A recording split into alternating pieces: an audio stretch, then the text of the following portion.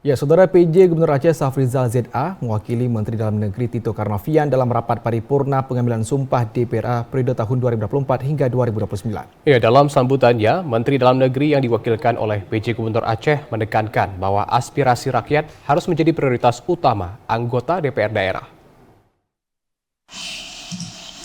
PJ Gubernur Aceh Safrizal ZA mewakili Menteri Dalam Negeri Tito Karnavian dalam rapat paripurna pengambilan sumpah DPRA periode 2024-2029.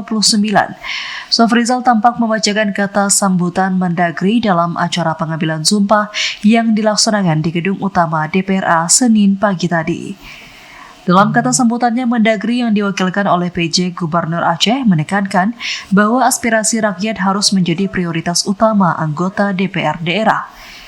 DPRD yang dipilih langsung oleh masyarakat sudah seharusnya menjadikan pelayanan publik sebagai prioritas utama di atas kepentingan pribadi ataupun suatu kelompok.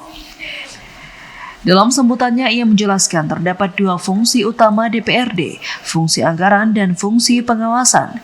Mendagri Tito Karnavian melalui PJ Gubernur Aceh Safrizal ZA menyebutkan bahwa alokasi anggaran harus berpedomankan pada kesejahteraan masyarakat yang merata agar seluruh lapisan masyarakat merasakan bahwa DPRD mendengar aspirasi mereka. Harus bisa menjadi refleksi dari aspirasi dan kebutuhan masyarakat. Mampu memecahkan soal dan masalah, bukan justru menambah soal dan masalah, dan tetap mempedomani peraturan perundang-undangan. Di samping itu, perlu menjadi catatan bahwa Perda Inisiasi DPRD harus menjadikan layanan publik menjadi prioritas utama, membuka lapangan pekerjaan yang sebanyak-banyaknya, menciptakan iklim investasi yang baik, sehingga kemakmuran rakyat makin cepat bisa diperoleh. Kemudian fungsi anggaran seyogianya merujuk kepada komitmen setiap anggota DPRD untuk menempatkan alokasi dana yang berorientasi kepada kesejahteraan rakyat.